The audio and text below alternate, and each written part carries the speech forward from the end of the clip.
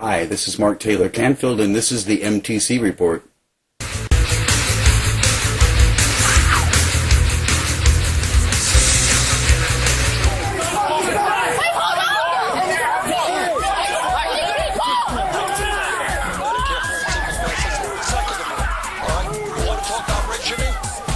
You got 29 million people in this country who have no health insurance. How's that for rationing?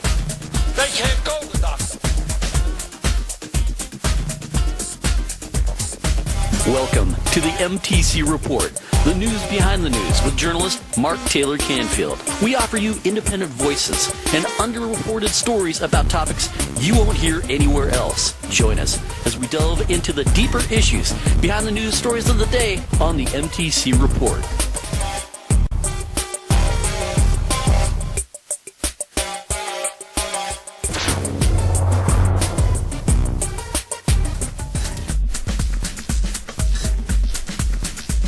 Don't go anywhere. The MTC Report with Mark Taylor-Canfield continues next.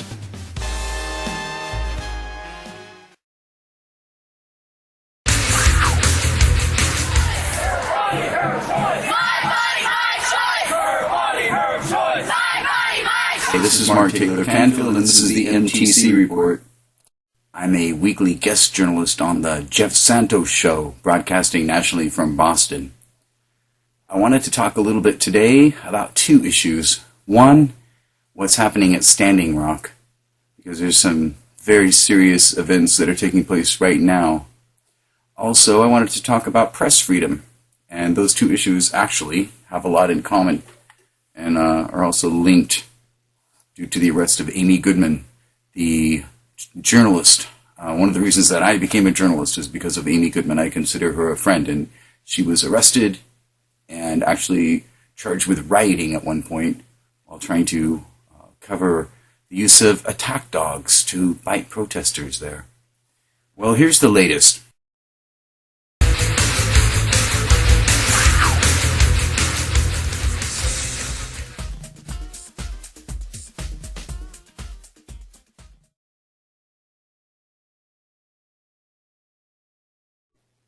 So I wanted to talk today a little bit about two stories.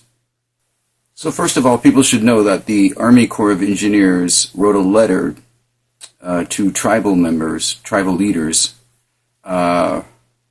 reaffirming their plan to officially close the land, which includes a major encampment of protesters at Standing Rock in North Dakota they're protesting against the Dakota Access Pipeline. However, the Corps also states that it, quote, has no plans for forcible removal, unquote, of the thousands of water protesters who have been camped out for months. You can read a lot about this at Unicorn Riot. Just go to Unicorn Riot. They are an alternative independent media group that's been doing really great live streaming from the area. So, the Army Corps of Engineers letter was written by the director of the Army Corps of Engineers, and it says this: I am closing the portion of the Corps-managed federal property north of the Cannonball River to all public use and access effective December 5th, 2016. The decision is necessary to protect the general public from the violent confrontations between protesters and law enforcement officials that have occurred in the area, and to prevent death, illness, or serious injury in inhabitants of encampments due to the harsh North Dakota winter conditions. The necessary emergency medical and fire response services, law enforcement, or sustainable facilities to protect people from these conditions on this property cannot be provided. I do not take this action lightly, but have decided that it is required due to the concern for public safety and the fact that much of this land is leased to private persons for grazing and or haying purposes as part of the Corps' land management practices. To be clear, this means that no member of the general public, to include Dakota Access Pipeline protesters, can be on these Corps lands. This is Colonel John Henderson who wrote this letter.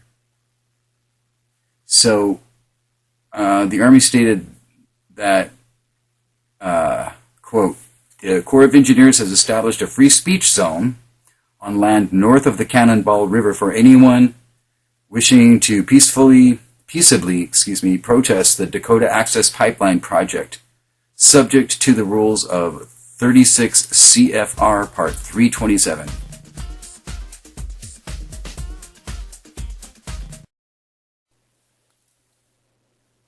Oh, by the way, I wanted to mention that during the protests in Seattle in 1999, there were a lot of problems with this idea of a free speech zone. It was actually considered a no protest zone at that time. And an emergency declaration was made in Seattle at that time. Well, there's also been an emergency declaration made in the area of North Dakota, which is the reason why other states are policing the Dakota Access Pipeline protests. And this is a story that you can find at Desmog. Almost 20 years ago, President Bill Clinton signed a bill creating an interstate agreement for emergency management.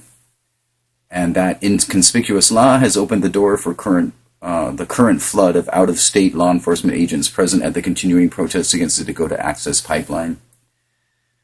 The Emergency Management Assistance Compact, the EMAC, authorized states to enter into agreements with other states in order to share emergency management-related personnel during crisis situations. One of the only other times that this compact was deployed outside of a natural disaster was for the Black Lives Matter protests in Baltimore after the death of Freddie Gray. So, just to add a little bit of information there, but I wanted to get onto these ideas of press freedom because according to the Committee to Protect Journalists, which is a group that I look to for a lot of consultation and advocacy as a journalist, well, they're saying that Donald Trump is a threat to press freedom in the United States. And as I said, we're already ranked 41st in the world by Reporters Without Borders in terms of press freedom.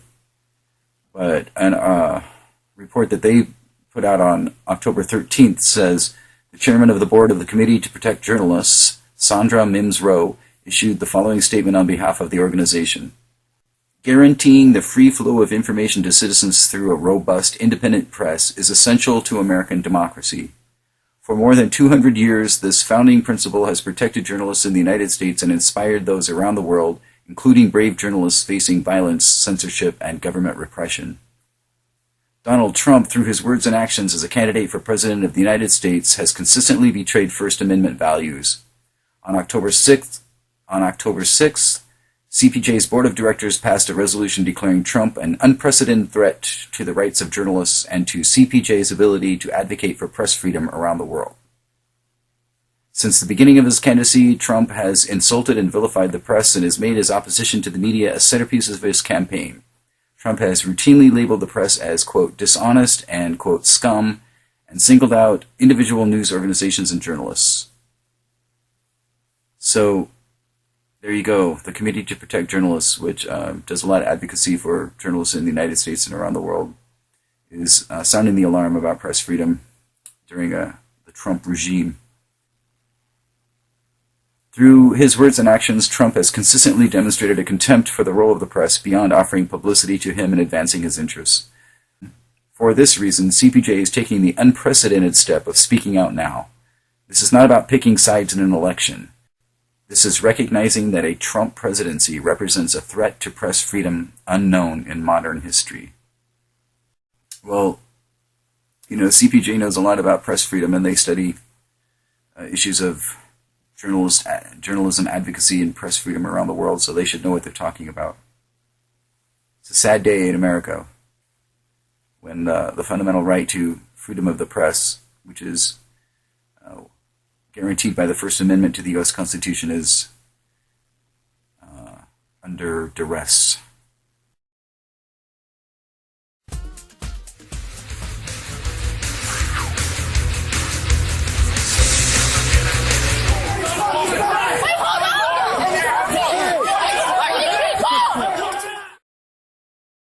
bonjour. My name is Candida Rodriguez Kingbird. I am Red Lake Anishinaabe, Ojibwe. I'm here today is recording from Standing Rock, North Dakota. Today is November 14th, 2016. New developments. We have had aircraft flying over our camp for several days, different kinds of small charter planes and what looks appears to be helicopters, coming through at night. They mostly come at night and they have their lights off, which is dangerous to other aircraft. They're using this space illegally. They don't have any permits or permission to be using the airspace above federal tribal lands, so they're breaking the law to begin with. Last night, the new development was that there was an aircraft flying over our encampment from approximately 1:40 a.m. till about 2:20 a.m. this morning. Every 2 minutes on the dot, they were encircling the circumference of our camp, and we're not going to stop. We're not going to stop. We're not going to stop. We're going to keep fighting for the people. We're going to keep fighting for the rights. These resources belong to our children. This water belongs to our children. This is our future. These kids need this land. They need this water. They need these resources, and they need us to stand and fight and protect them. Don't put this on Facebook. They'll take it back off again. But do share this with family. Talk to your family about this. Talk to your friends about this. Spread the news out there. Let them know. Power to the people, man. We're not going to stop. Stay up.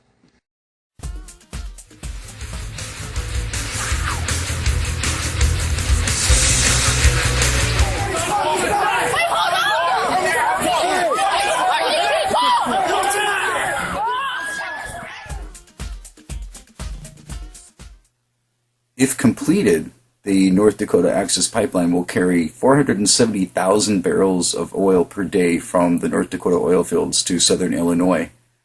It'll cost $3.7 billion to complete.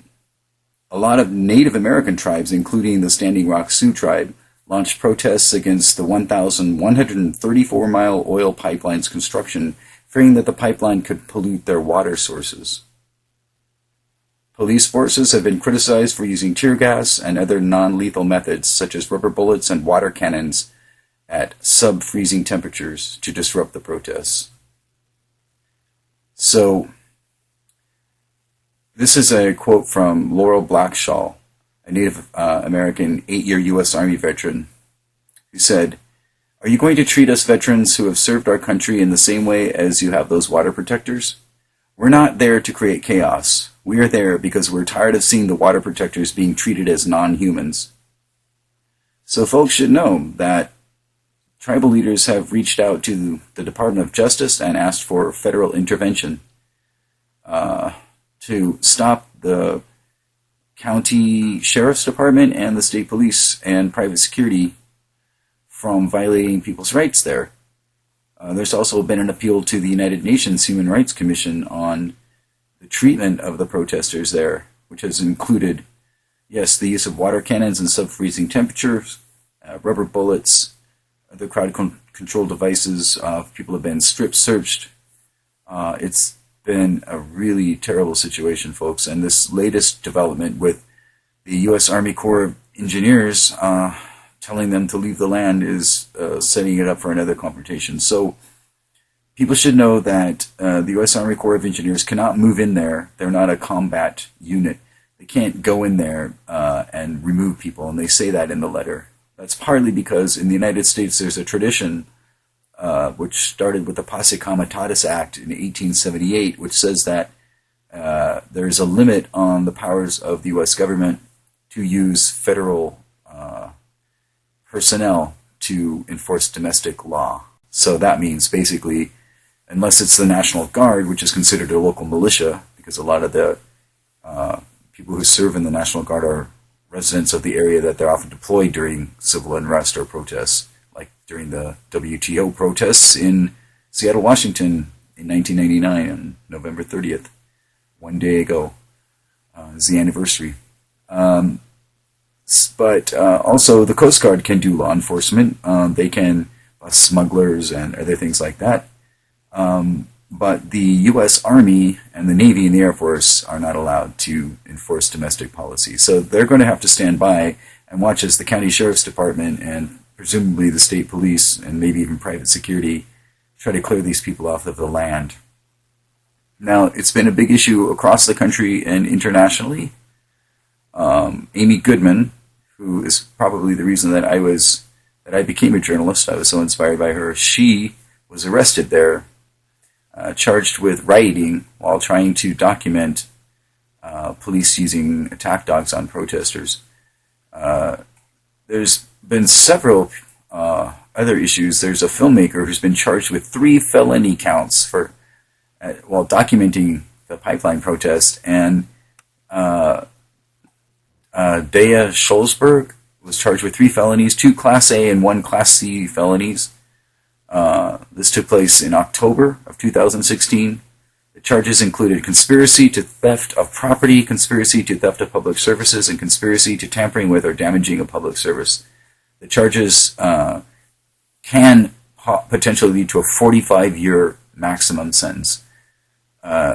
So there's been a crackdown now on some of the coverage of these pipelines, and this arrest of the filmmaker is highly suspect and could be another violation of freedom of the press in the United States. By the way, as I've reported before, Reporters Without Borders ranks the United States as 41st in the world in terms of press freedom. You can go to their website to get that information. But this has been an issue across the United States recently, not only because of what's happened at the Standing Rock protests. This is Mark Taylor-Canfield, and this is the MTC Report.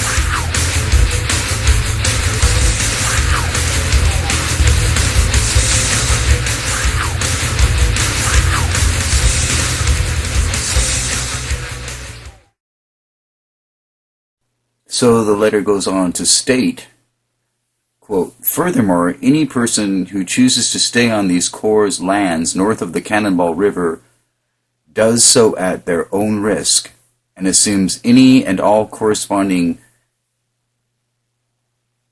liabilities for their unlawful presence and occupation of such lands. In the sentence before that, it says, any person found to be on the Corps' lands north of the Cannonball River after December 5th, 2016 will be considered trespassing and may be subject to prosecution under federal, state, and local laws. Furthermore, any persons who choose to stay on the Corps' lands north of the Cannonball River do so at their own risk. So that's what this letter says. And they're asking, they also say something about the tribes, which is very interesting. By the way, this letter is from Colonel John Henderson. He's the head of the Army Corps of Engineers. And he says, additionally, any tribal government that sponsors such illegal activity is assuming the risk for those persons who remain on these lands. So this is setting the situation up for a major confrontation between law enforcement. Now, the Army Corps of Engineers is evicting these people, thousands of people who have been camped out on the land, and people are coming there from all over the world. In fact, there's a new report here of 2,000 veterans who plan to protect the Dakota Access Pipeline protesters. And this is from the United Press International. It says, about 2,000 veterans belonging to the Veterans Stand for Standing Rock group plan to protect Dakota Access Pipeline protesters from what it describes as humiliating and abusive tactics by police. So now that's a new development. By the way, the North Dakota Access Pipeline, which goes near the Sioux land in North Dakota, is if completed, it'll be a $3.7 billion pipeline. This is Mark Taylor-Canfield, and this is the MTC Report.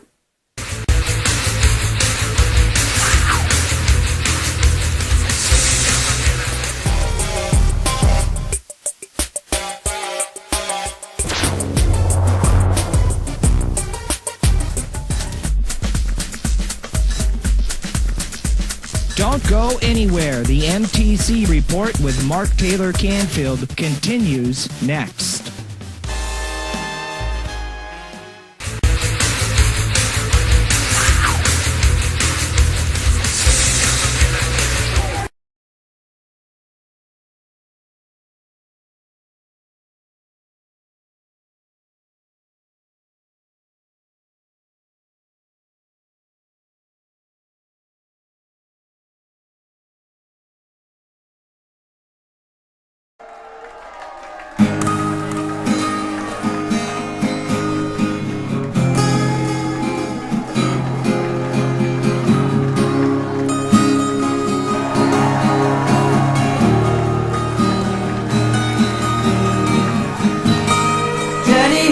beautiful face, but she fell out of place, so she went downtown. Cause she heard the sounds, parades and banners everywhere. Someone put a flower in her hair, so she marched along, singing protest songs. And when the police tried to take her sign, she made a choice to hold the line. And when the tear gas started to flow, she felt the power of the people grow. Danny was a bright young boy, he was his mother's pride and joy. They said he was an anarchist, but he was just a kid, I guess. But he felt something totally new, so he walked off the job and joined the see-through crew. In an hour or two, he burned his Nike shoes.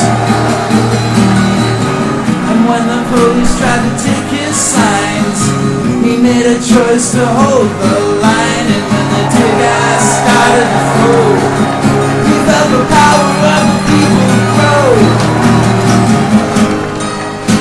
And that's when they said, well, you can use your gas and your pepper spray, but nobody here's gonna go away. That's when they said, well, you can call this a no protest zone, but these are our streets and this is our home. And if you want the WTO, get out of the way.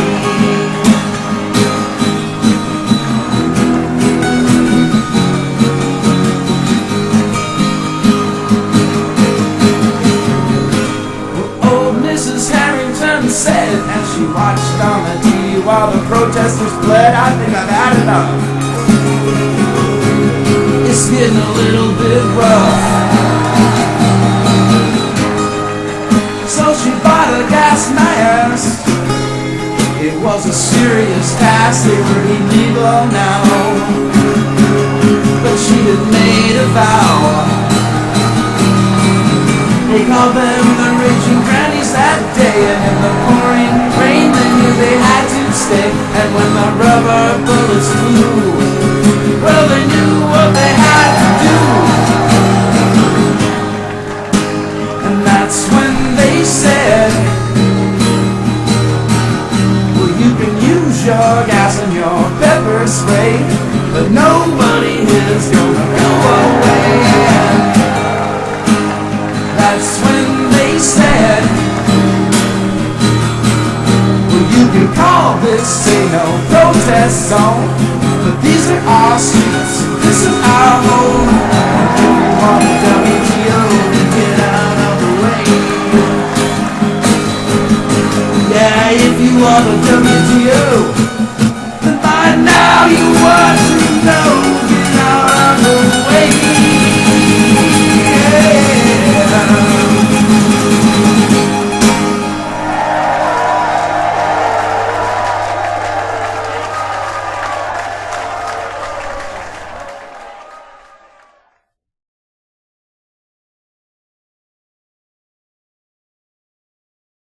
This is Mark Taylor-Canfield, and this is the MTC Report.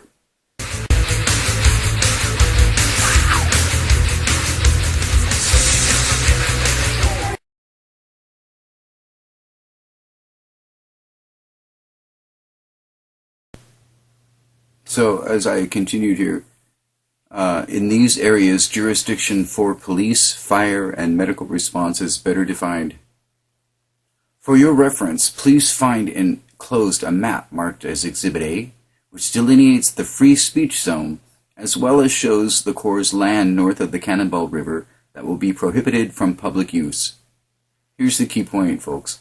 Any person found to be on the Corps' land north of the Cannonball River after December 5th, 2016 will be considered trespassing and may be subject to prosecution under federal, state, and local laws. Furthermore, any person who chooses to stay on these Corps lands north of the Cannonball River does so, quote, at their own risk, and assumes any and all corresponding liabilities for their unlawful presence and occupation on such lands. There currently are many Title 36 violations occurring on the Corps' lands north of the Cannonball River, including, but not limited to, unauthorized structures, fires, improper disposal of waste, and camping. Additionally, any tribal government that sponsors such illegal activity is assuming the risk for those persons who remain on these lands. Let me repeat that. Additionally, any tribal government that sponsors such illegal activity is assuming the risk for those persons who remain on these lands.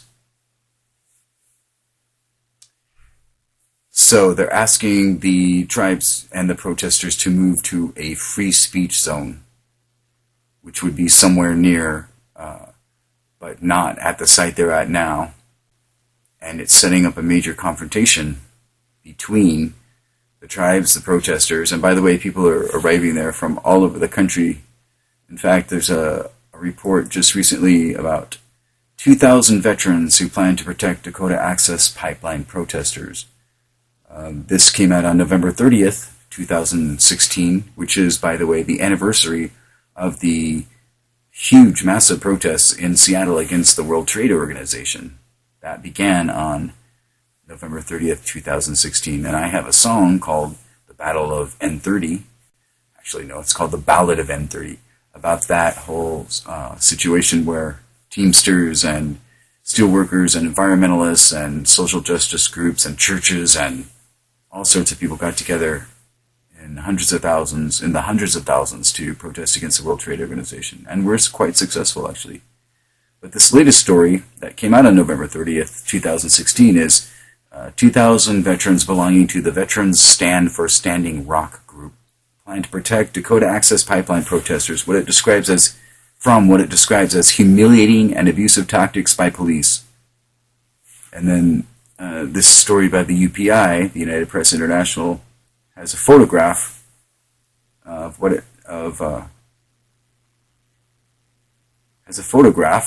police and protesters, quote, clashing, which is the term that the media always seems to use when it comes to demonstrators. They're always clashing. Maybe they're not protesting peacefully. Maybe they're not just standing up for their First Amendment rights and speaking out against these things. They're actually clashing. So you have to be careful with that word. When you hear it in the media, sometimes it's a spin. But in this particular photo in North Dakota's Morton County on November 20th, police said about 400 protesters attempted to breach the bridge, which has been blocked since late October near the site of the Dakota Access Pipeline. This is Mark Taylor-Canfield, and this is the MTC Report.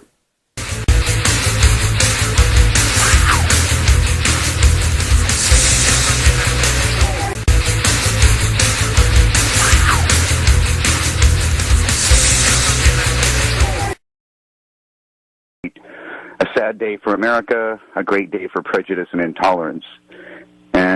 But of a positive note for you and others, I think we really should remember that Hillary Clinton actually got more of the popular vote than Donald Trump. By the way, and she did, and I've mentioned that. Is it me or Mark here, Mark, Andrew? Is it me or I haven't seen ABC, NBC, CBS, cable news? I haven't seen anybody even bloody mention that.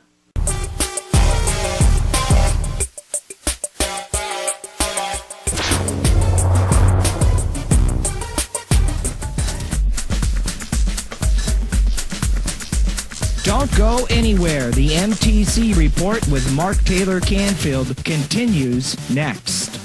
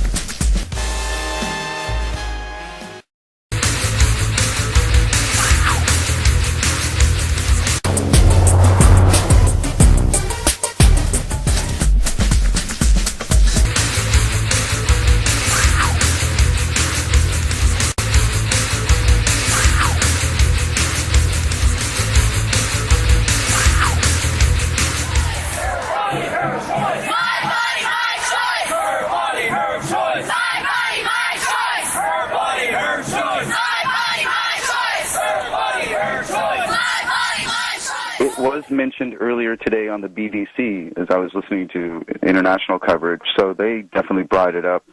They interviewed several people and started the program by mentioning that. But it is an important fact. At least half the country did support the Democrats during this election.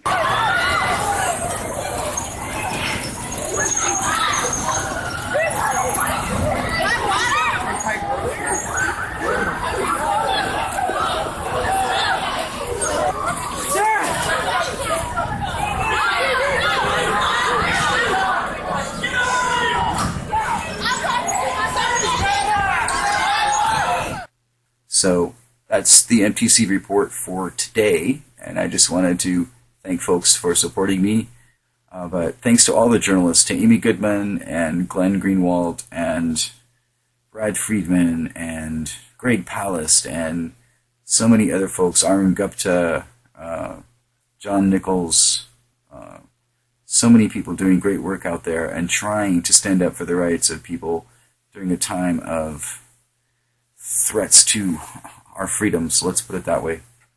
And please support your local media and your independent media. The corporate folks have plenty of money, believe me, they don't need your help, but independent journalists who are trying to do the right thing, who are out there telling the truth the best way they can, they really need your support. So feel free to donate. And as a consumer, make sure that you go out there and search for these people, because they don't have $1 million budgets to put their faces on billboards around town. You have to find them. The modern consumer of media has got to be proactive.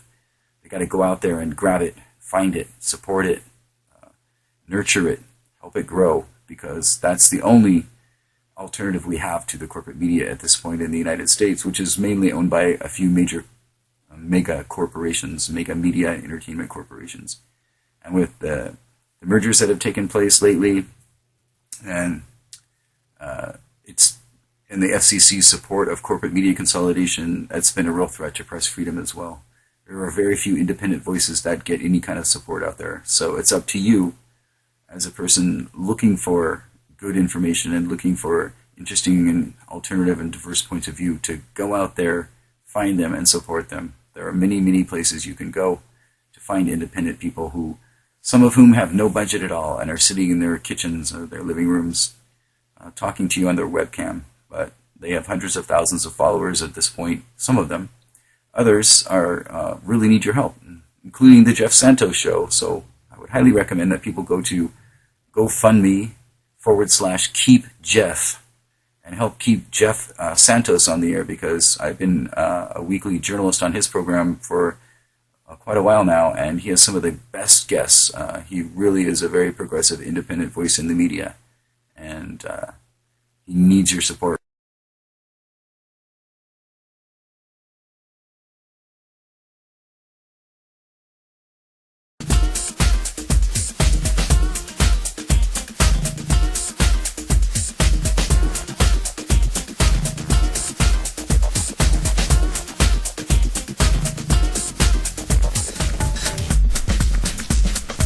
The MTC Report with Mark Taylor-Canfield.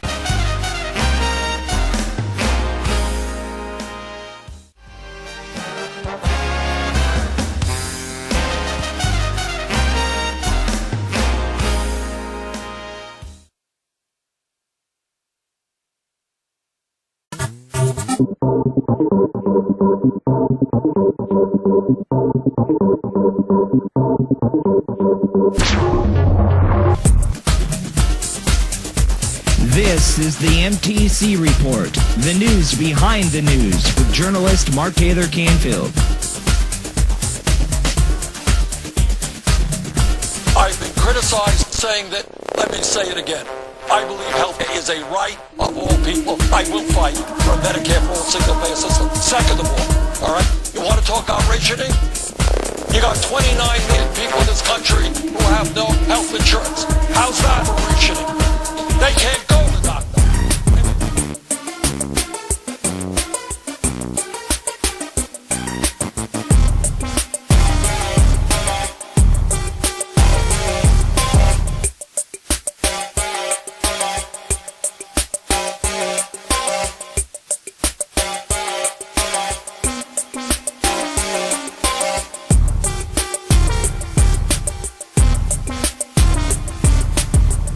Now here's a place you always need a lot of friends.